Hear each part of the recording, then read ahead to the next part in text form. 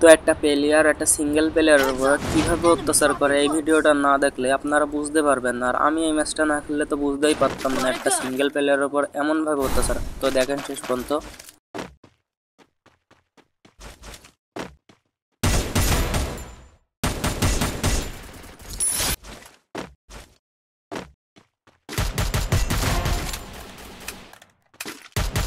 Double kill.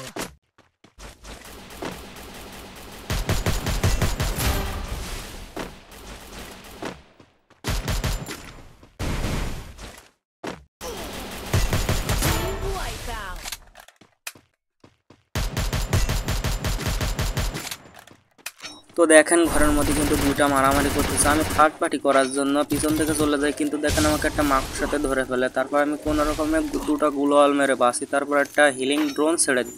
তারপর দেখেন পিছন থেকে আর মারতেছে, একটা গুলোয়াল ফেলালাম কিন্তু কোনো কাজ হলো না, প্যাক করলাম। দেখেন তারপর কি হয়।